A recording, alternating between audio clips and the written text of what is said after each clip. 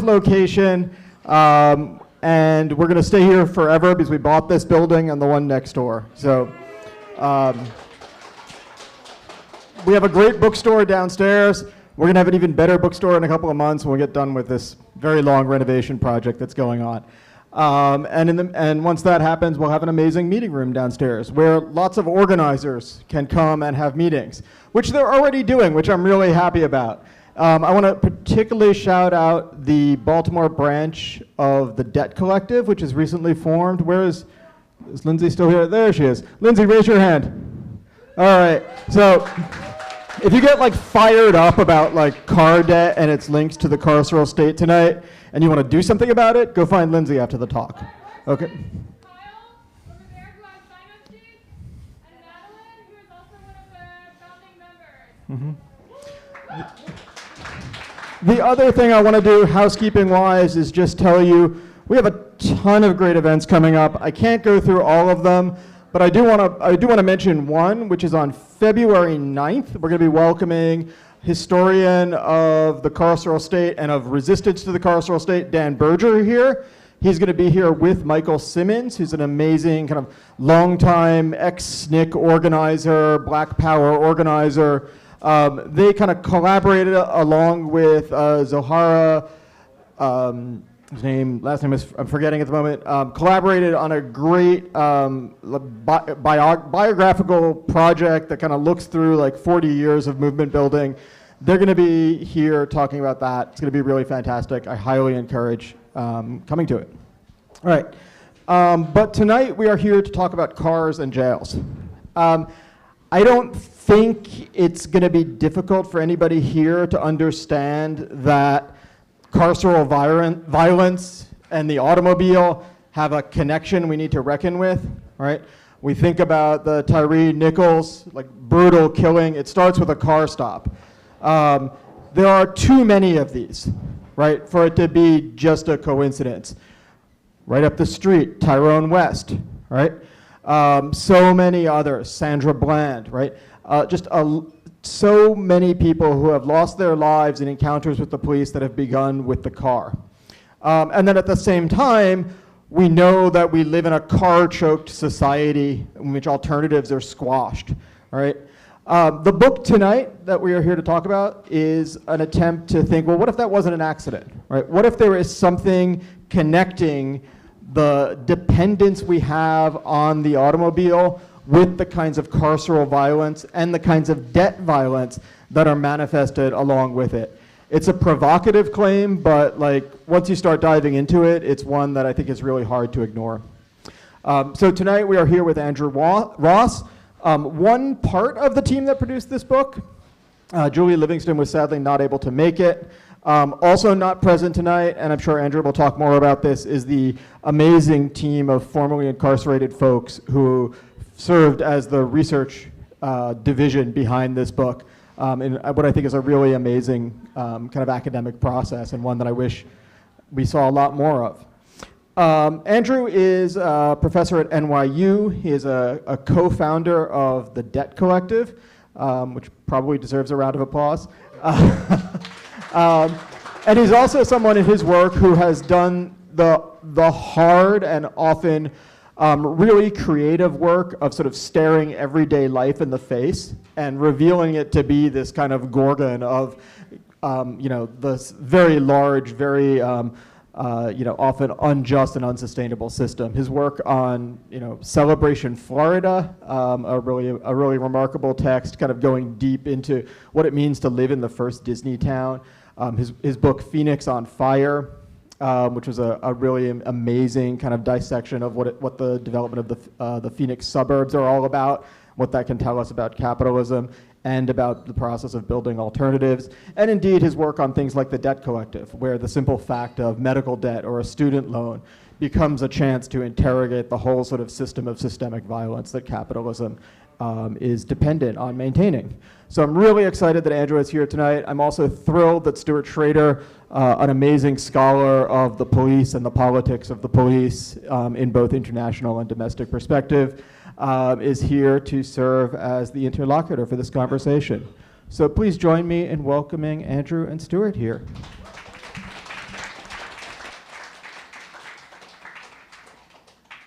Thank you so much, John. It's a real pleasure to be in this awesome bookstore. And thank you all for coming out this evening, and Stuart for taking part in this, and Lindsay for having that collective branch meeting here. Please do join afterwards and sign up. Yes, let's just take a moment to recognize and mourn the life of Tyree Nichols, whose savage death was instigated at the result of a police traffic stop, as John said. Not surprisingly, by the end of this evening, there will have been 50,000 traffic stops conducted in this country, some of them resulting in fatalities, many more of them resulting in arrests that will fill the cages of our prison system. And many more of them, the outcome will be a form of punishment in the form of traffic fines. And we're going to try and cover some of that material this evening. I just want to begin by saying a little word about the means of production of this. We've got a lot of emojis up there for some reason. That's cool. The means of production of the research here is at NYU, where I teach, we have a prison education program that offers a 2-year degree in one of New York's upstate prisons, and some of our students continue their education at NYU in New York, and we work with them in our prison research lab. And so it's faculty-student collaboration, and that's the base of our research operations. I can talk a little more about that model after. But when we started the lab several years ago, we're faced with this question, well, what are we going to study? And several of us had this prior interest in debt, and we knew that there was a lot of work that was beginning to be done on carceral debt, all of the ways in which the criminal justice system generates financial obligations for those it puts in cages, both at the pre-trial phase, fines, fees, and surcharges, in court, more of the same, during a prison sentence, all sorts of costs through the commissary system, and then on release, a whole round of other fines and fees from parole and ankle monitors and drug tests and so on and so forth. In the aggregate, this is an enormous debt burden that is laid on the shoulders of people coming out of their prison sentence. So we decided we wanted to try and document the human costs of all of that debt. And at the same time, we had an eye on this gathering consensus among policymakers. This was several years ago, before George Floyd moment, when Republican, Democrat policymakers were coming to some kind of consensus that the demented U.S. experiment of locking up 2 million of our poorest citizens was a total and utter failure, tragedy, mistake, could no longer be justified, right? You remember that moment, some of you? Things have shifted a little since then, perhaps. We could talk about that, but instead of looking at the very ugly human rights side of that issue, policymakers tend to frame it around the costs of incarceration. How much is all of this costing the taxpayer who has to foot the bill for this, maintaining this monster, and pay all of these prison industrial complex employees? Now, not surprisingly, we decided to come at this from another angle. Rather than ask, what are the costs of incarceration to the taxpayer? We said, what are the costs to the communities themselves who send their loved ones year after year to fill the prison cells? How much money, how many financial resources are being drained from households that are already struggling to stay afloat, to keep people alive in prison, which is expensive to do, and also to pay all these salaries. So this is a very daunting task for a small research team like ourselves, but we decided to do a pilot study. We did 50 initial interviews of formerly incarcerated men and women, and we found that cars kept coming up in these conversations again and again and again. We noticed this pattern. And then one of our formerly incarcerated researchers got arrested, reincarcerated for a minor traffic violation. And then the same thing happened to another, and then a third. We began to see this pattern and realized that, you know, the car was the key, not just to the carceral economy, but also to this massive debt economy that is focused on automobile purchase and financing and ownership. So we decided to write this book, and it shows all of the ways, and there's so many ways we discovered, all of the ways in which car ownership and car use is entangled with the criminal justice system. And we mostly interviewed people in New York State, but we also did interviews in Indiana. Why Indiana? Because you live in New York City, there's a chance you probably might not need a car. You can get by without a car, but in most parts of America, that is simply not true. Cars are compulsory assets. Everyone needs them. They're not like other commodities in that regard. And this is largely because of the auto-centric build-out of the road infrastructure in the US since the Second World War. So some of these images are most of them are by Michael Pagan, who was one of our student researchers, incidentally. And these are some of our student researchers. This is Jose Diaz. We asked them to pose with their cars. This is Derek McCarthy. This is Ayuba Thomas. And this is Vincent Thompson. So the perils of driving while black or brown in many parts of the country are you know, pretty well known. They've always had to be balanced against the pleasures of driving on the open road, and especially for minority drivers or households during the mid 20th century.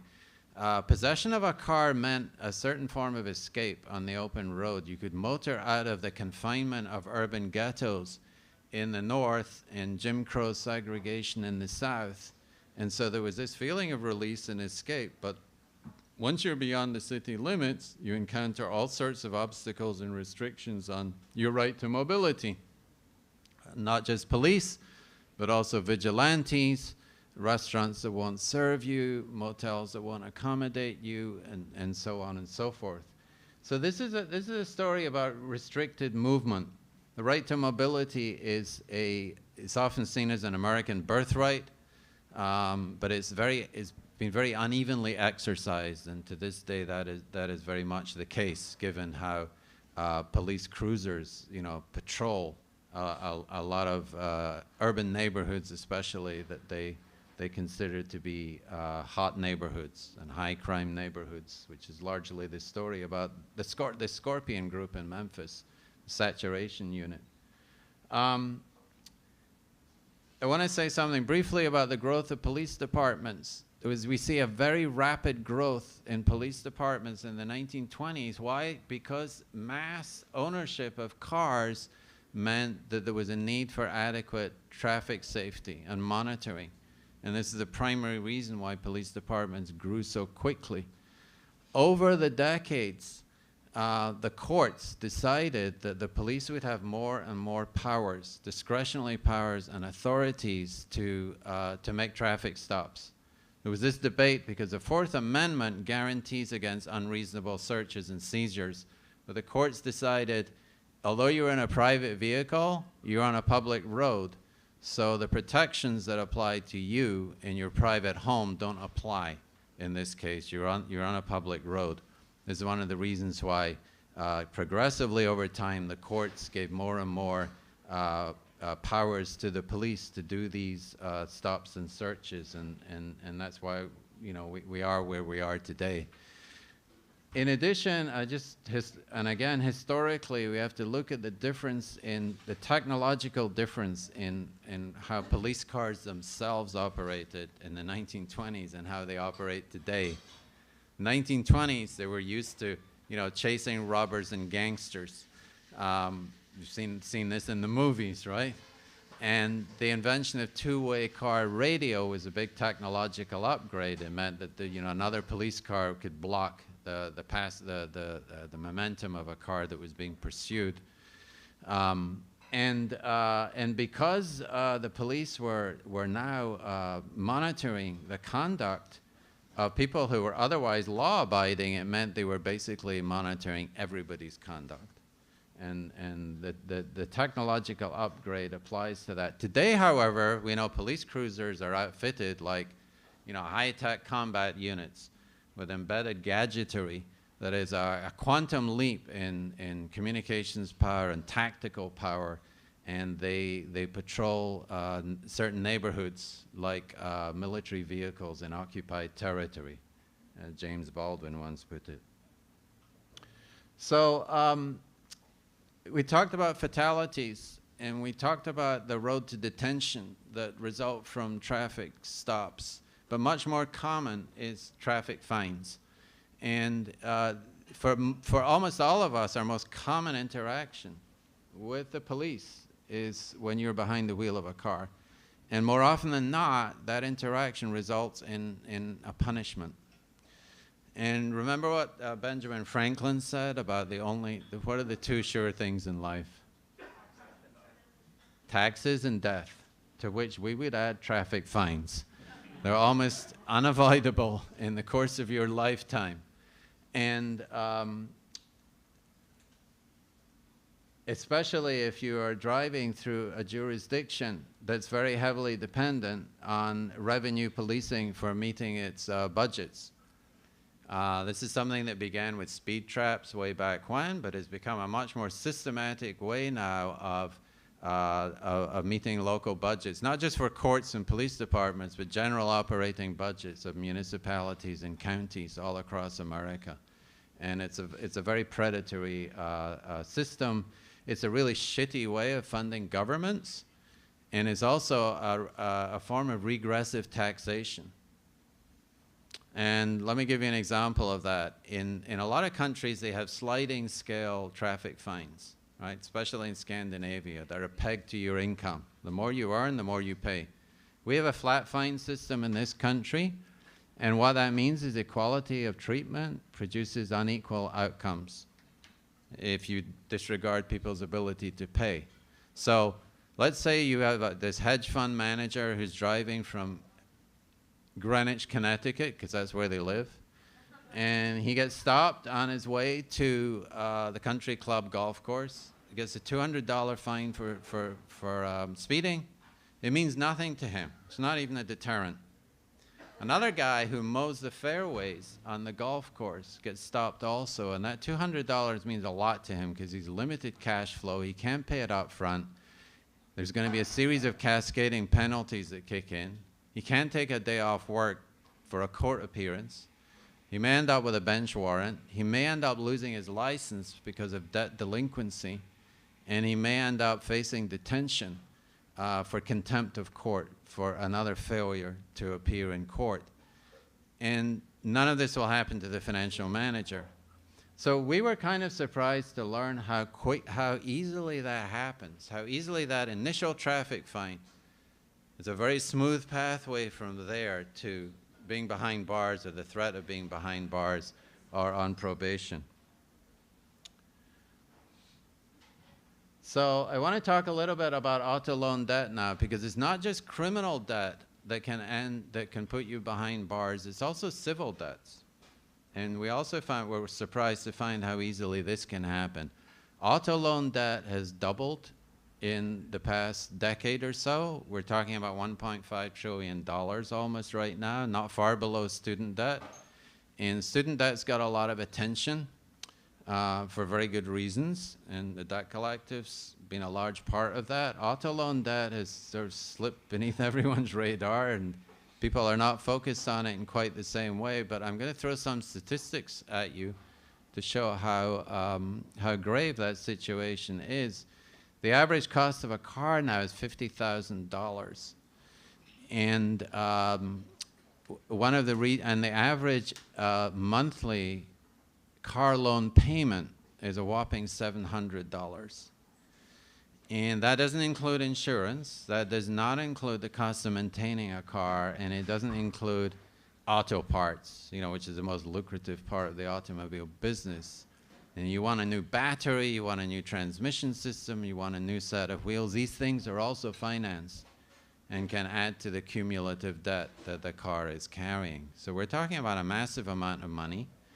And one of the reasons why auto loan debt has doubled is because of the entry of subprime lending into that market. It kind of migrated from the housing market to auto loans after the financial crash. Also, car loan terms have gotten longer and longer. It's now very routine to offer 84-month loans. The average, I think, is about 72 months right now. And when you're taking out a loan for that length of time, it's almost guaranteed that a lot of purchasers are going to end up upside down and basically owing more on their loans than the car is worth. So what they do is they fold the loan balance into a new loan with a much higher interest rate when the car gets repossessed.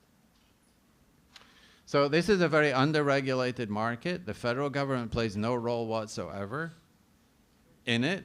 I mean, unlike student debt or housing debt, where the government plays a big role in securing and lending and so on and so forth, plays no role whatsoever, gathers almost no data about it. As a result, it's a market that is rife with scamming and fraudulence and so on and so forth, hustling, every trick under the sun.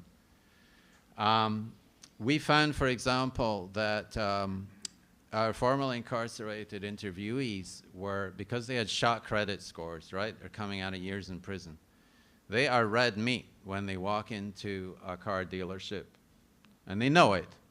But they still want some fancy wheels.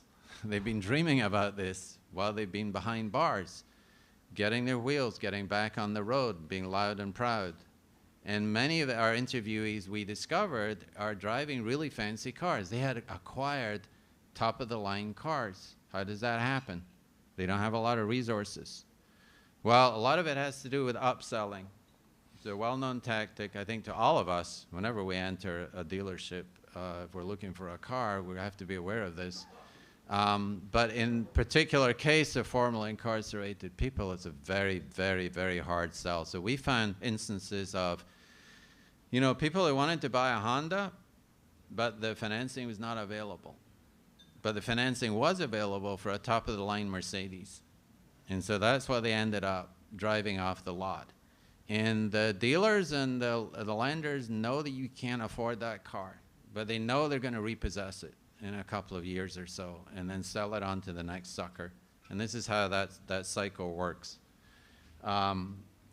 Lastly, just again, these civil debts, auto loan debts, can lead to detention in much the same way as the traffic fines. You can debtors' prisons, you probably know, were abolished in this country in 1833, but they're alive and well in many local courts all across the country. And people end up behind bars for civil debts, not because of debt delinquency, but because of contempt of court. The creditor puts pressure on the judge, and the judge is willing to do this. The judge is willing to then issue an arrest warrant. So that's how you end up in debtor's prison. Very common, and the small claims courts of the country are filled with these cases now. Small claims courts are supposed to be, you know, the court of appeal for the small guy, the ordinary person. They've sort of been taken over by the debt collection industry. Don't go anywhere near these places. Buy here, pay here are the worst. Absolutely the worst. But many people have absolutely no alternative because they need the wheels, right? There's a chapter in the book about surveillance. where we try and trace how what we call carcerality at large, how control and discipline extends beyond the prison walls into our daily lives in all sorts of ways.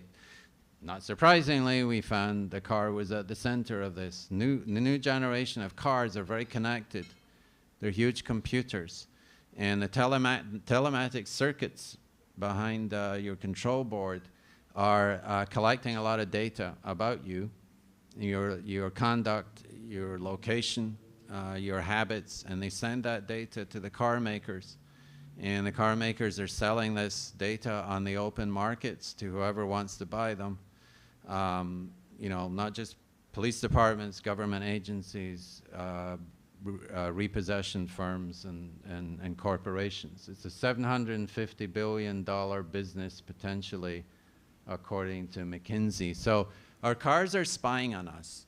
And the other thing to watch out for is the automated license plate readers, which are not just available to cops. The police cruiser behind you is running your license by using an ALPR and is accessing many connected databases that have information about you. And that police cruiser, the occupant knows a lot about you just from running your license. A hell of a lot about you, where you've been in the last week, for example, whether you parked outside near a political rally, or outside a strip club, or outside a mosque, or outside a particular doctor's office. They have that data. They can access that data just by running your license through the ALPR. Scary. All right, last thing I want to just mention is, and in the last chapter, we look at the brave new world, the future of automobility. And it's a corporate vision. It's called mobility as a service. And there's a massive amount of money being poured into it. And we've heard a lot about, you know, self-driving vehicles and so on and so forth. But it's a world that's populated by a variety of on-demand modes of transport. And the promoters of this overhyped vision argue that these technological advances will provide a remedy for many of the ills and inequalities that we mention in the course of the book. And we're a little skeptical about those claims, in the same way as I think many of us are skeptical about technological solutions to social problems, right? And this is a very good example of that. We don't think that the current beneficiaries of the status quo are going to give up their profits very easily.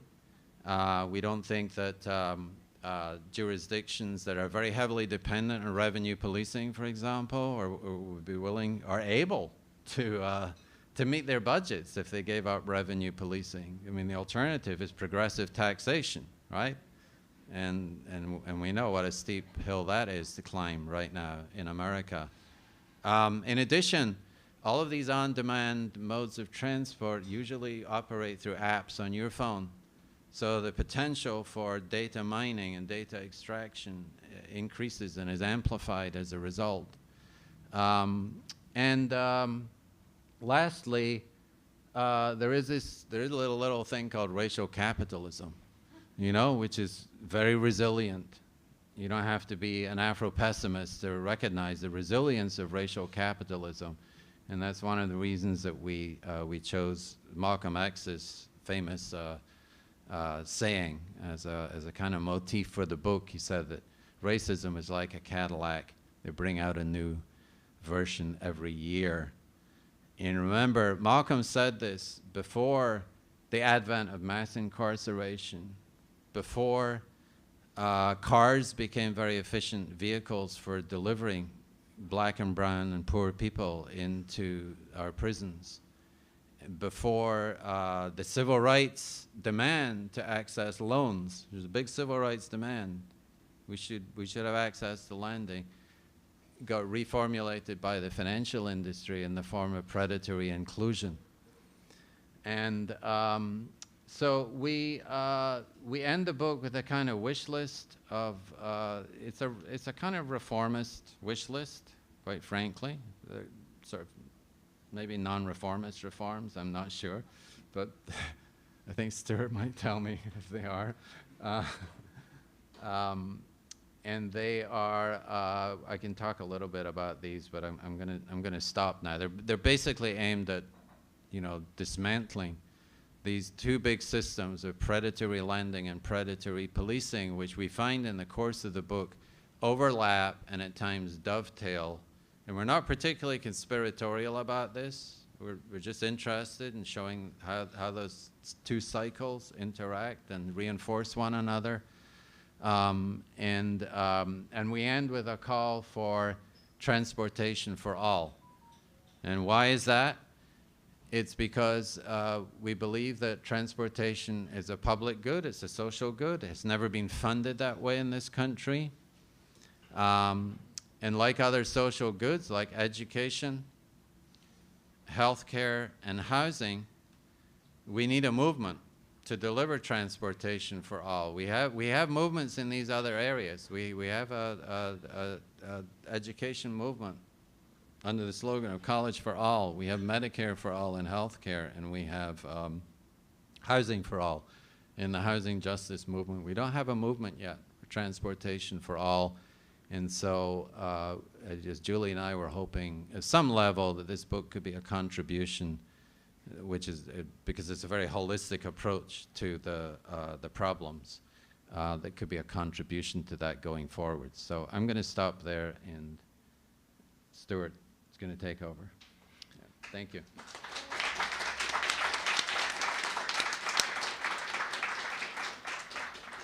Well, Andrew, it's so great to have you here in Baltimore.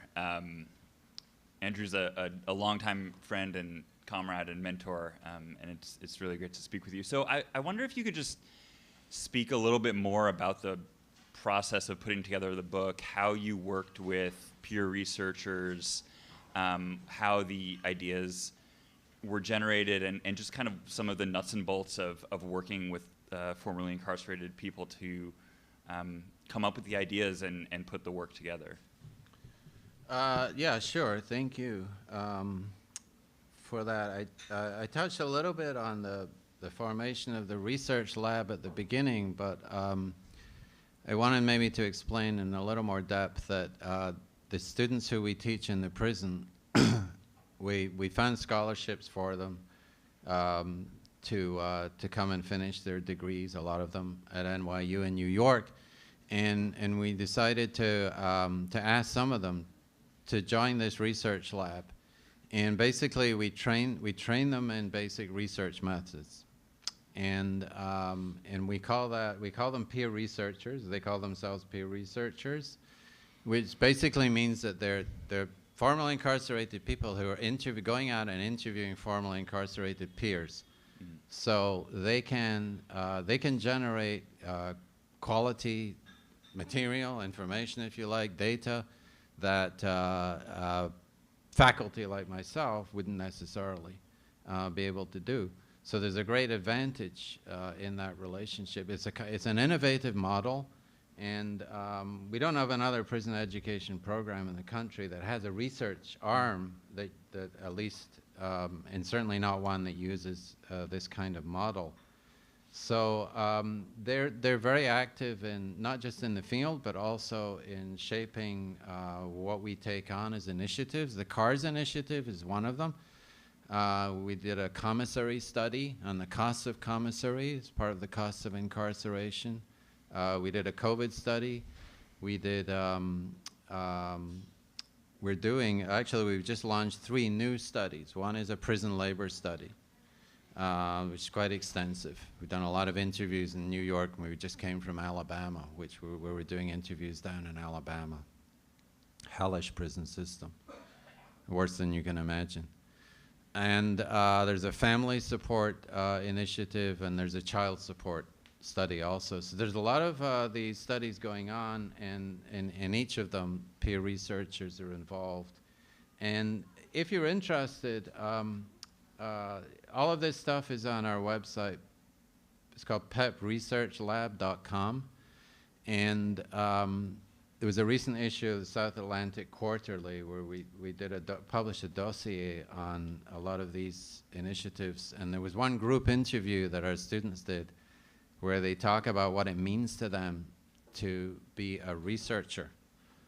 And so they've gone from being a prisoner to a researcher, and they're talking about that trajectory and how that new identity functions for them in their lives and within their peer groups. And it's a fascinating sort of insight into, you know, existentially how that functions. Yeah, that's really powerful. So you mentioned doing research in Indiana because in New York City, lots of people don't have cars because there's good public transit. Baltimore City is quite different in that public transit here is pretty terrible. And unlike perhaps in New York City, the neighborhoods here where there's lowest density of car ownership are also the neighborhoods least served by public transit. So parts of East and West Baltimore, approximately 30% of households have cars, and there's very little public transit there. And those are also the neighborhoods that are where people are, as you said, being taken out of those neighborhoods and put in cages at quite high rates. So I wonder if you could talk a little bit about some of these intersections of race and class and access to automobility that you came across in the research process. Yeah. Well, two components to that, I think. One is, and this is really not our research, but it's well documented, how far average members of minority households have to commute for employment. Yeah. How far they have to go to get access to decent public transit, and so on and so forth. And all the statistics show that the patterns of the spatial patterns are very discriminatory and are loaded against minority households. And I think from city to city, probably you're going to see a somewhat different pattern, depending on the history of the urban development in cities, and then on the East Coast and the Sun Belt, the West. We're talking about different timelines. But in terms of what we found, interestingly, a lot of the men and women who were coming out of New York State prisons after longish sentences were no longer able to return to the neighborhoods that they grew up in, which had been relatively close to decent public transit, the subway system. But these neighborhoods have become gentrified in the interim. And so they were living further out. And a lot of them were living in the sort of outer edges of Queens, Long Island, where they really needed cars. So that New York City factor, which in our minds, distinguishes that city from many other parts of America in so far as people don't need cars so much, wasn't applying to them. And that was that was our most interesting discovery in that area. Yeah. So you talked a lot about debt. I wonder, what was kind of the most shocking debt innovation that you came across? Was it the entry of subprime lending into car financing, or were there other forms of debt related to punishment, fines, fees, et cetera, that you saw as new innovations that you were really surprised to learn about? Oh boy. There are so many, and I've been active in the debt resistance movement since 2011, and if you work in that field, you see debt everywhere. And it is everywhere. It's under your bed, as it were. But on this landscape, it's certainly no less true. Maybe one example I can give you is how state usury caps work. Every state has a usury. Some states don't have usury caps. You can charge as high as an interest rate as you want in some states, but most states have them. And in New York State, the usury cap is 16%, right? And the criminal cap is 25%. If you offer a loan at an interest rate higher than 25%, that's a felony. A lot of states have a carve-out for auto loans, however, because of the lobby of the automobile dealers associations, and they were actually they lobbied for exemption from the Consumer Financial Protection Board that was set up after the financial crash, and they succeeded in getting a carve-out. But in New York State, for example, there are a lot of car loans that aren't classified as loans. They're called retail installment contracts. Has anyone heard of those? No? They are they're packaged. They're agreements that the buyer will sign with the dealership, and the dealer will sell the package to a lender, and then the lender has the right to collect. There's not a lot of distance between dealers and lenders in practice. They operate like a tag team in most cases. But in this case, it's basically a way to get around these caps. Because it's not a loan, you can go much higher. And we found a lot of cases where car loans were being offered at 24.99%, just below the criminal cap. And for some of the most notorious subprime lenders, like Credit Acceptance Corporation, maybe you've heard of them. They're the most notorious of all. Santander is another big one. They're getting sued constantly in various states for offering loans well above the criminal cap, and they get because this is so lightly regulated. They get slapped on the wrist. I mean, they get issued with fines, but these are the costs of doing business, quite frankly. So so that's one aspect of creative financing, and debt that is produced not by loans, technically speaking, but by retail installment contracts. So you spoke a little bit about cars as these kind of surveillance machines, and the book has a lot of really fascinating information about this. And we see ads that kind of hype the technological advances and entertainment possibilities in cars. But I remember when you started this research, you told me never plug your cell phone into the car because it'll suck up all the data. So I have since then I have not done it. There's lots of useful warnings coming out here. So can you talk to us a bit more about what you learned and how you mentioned that this is such a huge information that data brokers are using the info that is being sucked up by cars and selling it. Talk about this discrepancy between us being sold a kind of consumer product that is about enjoyment and freedom, but actually we're unwittingly subjecting ourselves to surveillance and potentially even putting ourselves at risk of all kinds of punitive sanctions. Yeah, it's if there's one thing to take away from this evening, don't plug that iPhone, especially a rental car, or a car that doesn't belong to you, because that data is going to get sucked out. It's going to be in that car and can get hacked very easily and accessed by whoever wants it, including things like your phone conversations, right? They're pretty good at doing this kind of stuff. I guess I would say it's not a whole lot different from any other new technological advance in our life that is sold to us. Where in so-called platform capitalism, there's an asymmetry involved, a power asymmetry involved. Most of our access to platforms is sold to us as free and enabling. And at the same time, at the back of our minds, know that it's not free. There's a lot of stuff that's being sucked out of our profiles, our data profiles, and we choose to disregard it or to deny it at some point, some level in our minds. I think probably the example of the car is similar.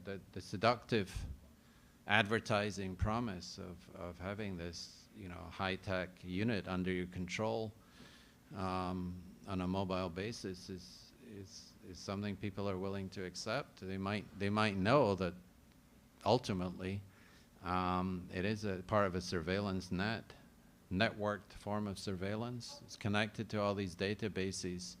They may not know how error-prone the databases are, however. I mean, there's a lot of research done on how how prejudices and assumption and discriminatory assumptions are built into algorithms and these new technologies, and they find their way into the DMV databases and the government databases and the National Criminal Information Center databases, and they often result in, and it may well be that this is what happened to Tyree Nichols. We don't know why he was stopped, right? But there are a lot of people who are stopped on the basis of errors in the databases, and they got the wrong person. There are lots of stories about that, and the consequences are fatal as a result. So, yeah, I think it's just part of that paradigm that we're very familiar with, I think, in our daily lives as consumers of information and data. Yeah. So maybe before we open it up to the audience for questions, I want to ask one more. You mentioned that the book concludes with a set of suggestions about ways we can transform the system. And the book also, refers to a famous line, from Angela Davis about abolition as being not only about the institutions we call prisons, but about building a society, an economy, a political system that doesn't require prisons as solutions to social problems. So I wonder, how does putting the automobile and putting debt and this kind of nexus between the automobile and debt at the center of our thinking about abolition, what does this tell us about the society that we might want to try to build that would be different? I mean, you mentioned the right to transport, but what else? How much of a transformative vision are we talking about here? Yeah, that is that's maybe a question that's best answered by readers of the book. When I'm not punting on this, I'm just saying, abolition is, sometimes I suppose is a litmus test for work that we do in the area of incarceration, and I'm a little wary of it being used as a litmus test in that regard. When I talk to my students, I teach classes in the prison, and there are people who believe that prison education is very complicit, is propping up the system, and I don't believe that personally. I wouldn't do it if I did believe it, and I know my students certainly don't believe that. If you ask them, likewise with prison labor, should work in prison be paid? Some people will say, well, that's just another way of feeding, fiscally feeding the prison industrial complex. You ask my guys in prison, should they be paid? That's a no-brainer. Absolute no-brainer. Make a huge difference in their lives existentially on a daily basis. Just in terms of the struggle for survival, it's very difficult to survive and keep your mental health and physical health. So I don't know if they are.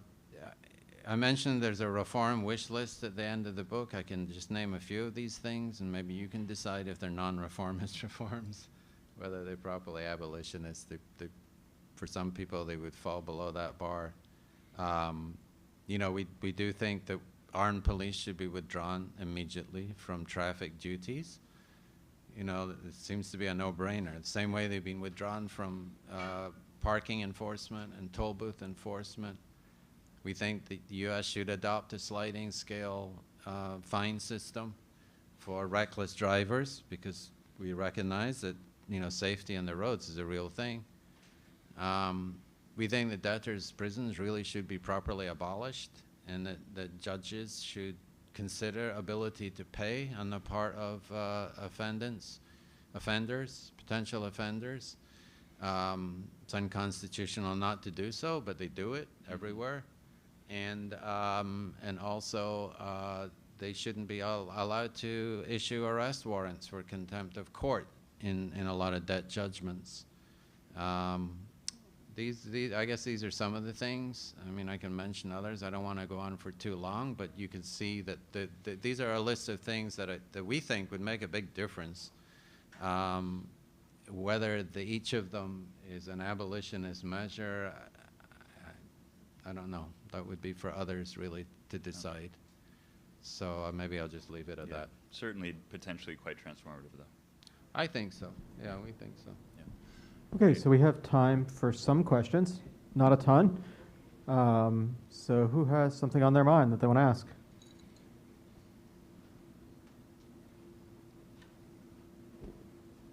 Anybody? All right. I know you said, or like your work was focused in the U.S., but I was wondering if either through research or like anecdotally or something, you've noticed this same sort of nexus of cars and debt and carcerality kind of popping up in other locations around the world?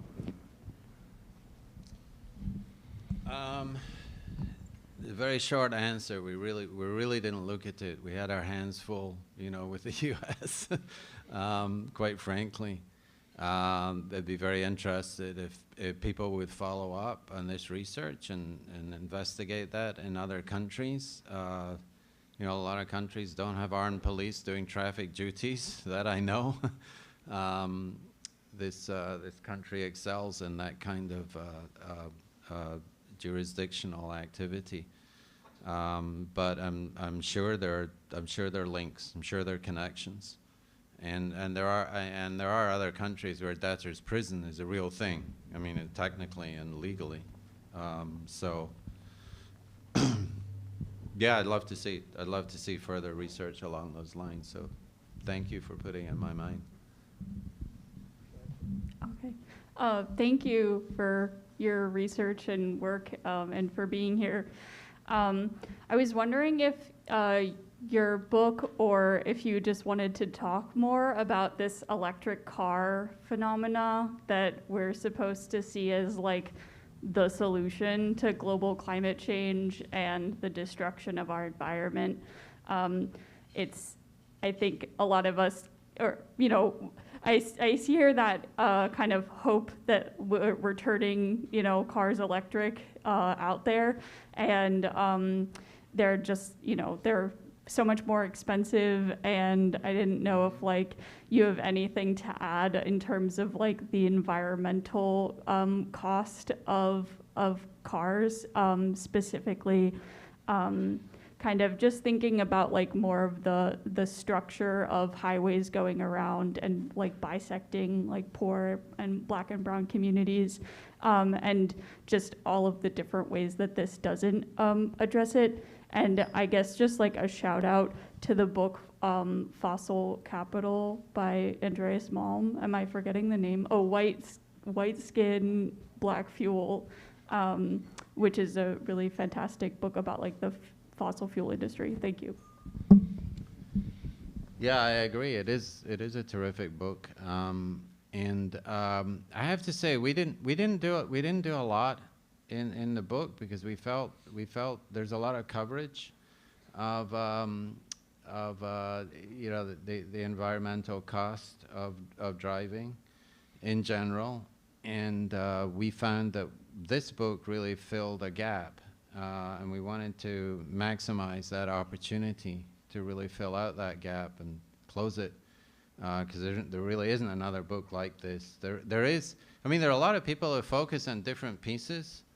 A lot of people who focus on fines and fees. There are a lot of folks who actually do focus on the under-regulation of auto loan debt. But we decided to take a holistic approach and try and cover everything so that we'd be able to see how the debt economy and the carceral economy are interdependent in ways. And from the perspective of people who pay the bills you get landed with the bills, it doesn't make a whole lot of difference whether they're civil debts or criminal debts. It's still a bill in the end, right?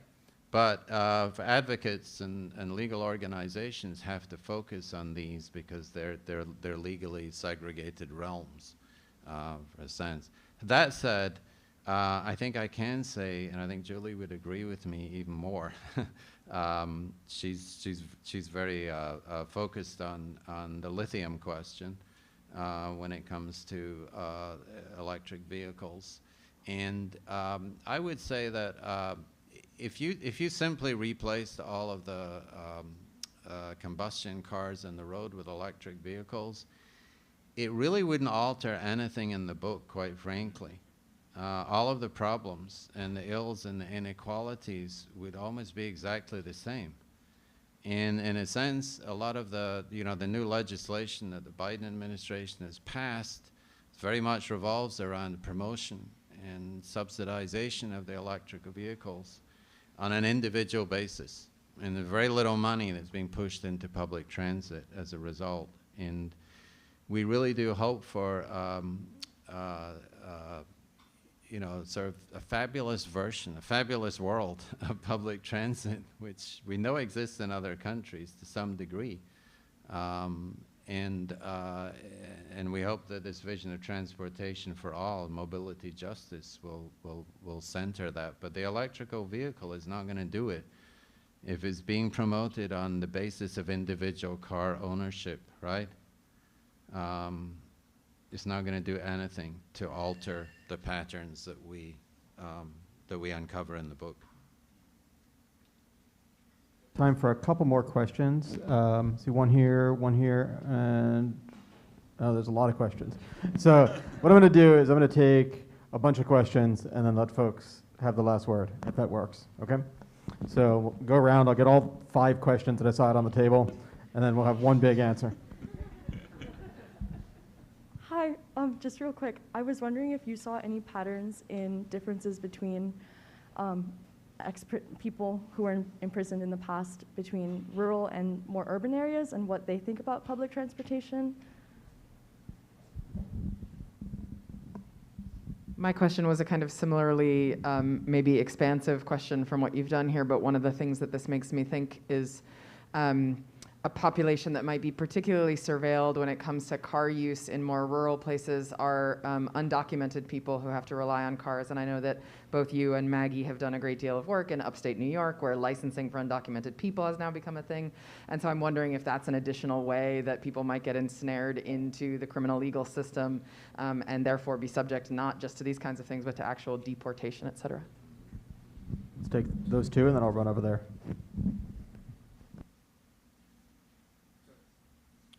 Oh, sorry, I thought you were going to do them all. Well, I'll try and be quick.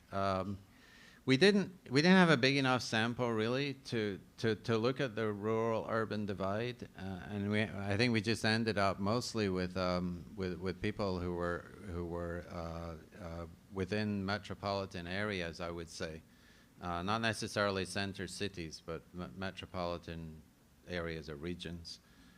So we weren't able to look at that, but it is a good question. Christy's question really has to do in large part with the perils of driving while brown, which have a long history in this country of restricted movement, especially for migrant farm workers in the West and the Southwest, where roadblocks and police harassment is there's a long history, which is very rife. Plus the criminalization of things like, low riding, subcultures, which is a very spectacular car culture in the Southwest and California. And that's a very rich case history too, which is somewhat distinct, but I would argue is very much related to the challenges faced by these undocumented farm workers in upstate New York that you mentioned. So yeah, there's a very long history of this. Thank you. And then who had questions over here?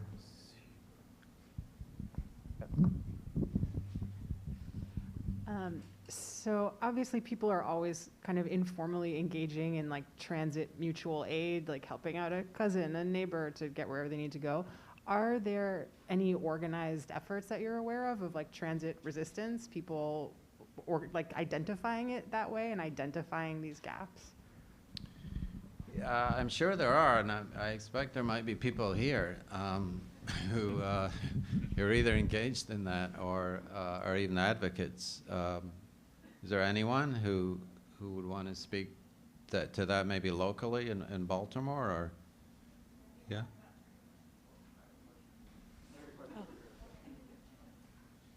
Okay. Hi. So earlier you talked a little bit about surveillance, and automated traffic enforcement came to mind. And I'm just curious about how you view the expansion of automated traffic enforcement programs, especially in cities like New York and DC, and the role that they may play in the prison industrial complex. Yeah, that's a very good question, and I think it's a relatively open question because it's an issue that's beginning to emerge, and I don't think there's a lot of data and research on it currently, as far as I'm aware. Maybe I'm wrong, but theoretically, automated surveillance of traffic safety, reckless driving, and so on and so forth should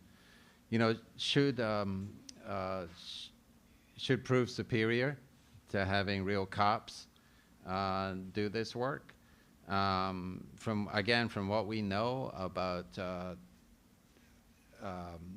these new technological advances and how error-prone they are, we can't imagine that the forms of discrimination in one form or another aren't somehow being hardwired into these surveillance systems. We know all about the racially loaded patterns that are embedded in facial recognition software and so on and so forth. All of that stuff is beginning to come out.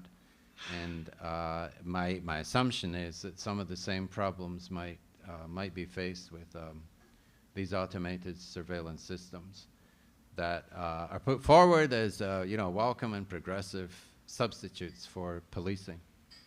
Would you agree, Stuart? Yes. Yeah? Thought you would. All right, so I think that, given that Andrew's got to get out of here pretty close to 8:30, I think that's a good place to end. My colleague Ken, in the back, Ken, raise your hand. Ken has books for sale, so please do pick up a copy of the book. Please get it signed. And please join me in thanking Andrew and Stuart for an amazing presentation.